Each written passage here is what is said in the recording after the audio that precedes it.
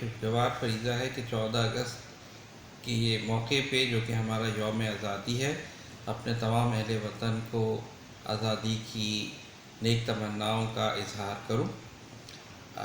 میرے پاکستان 14 اگست پہ بنا، اور جب سے اب تک ہم اپنے جو مین نصب العین ہے اس کے حصول کے لیے محنت کر رہے ہیں۔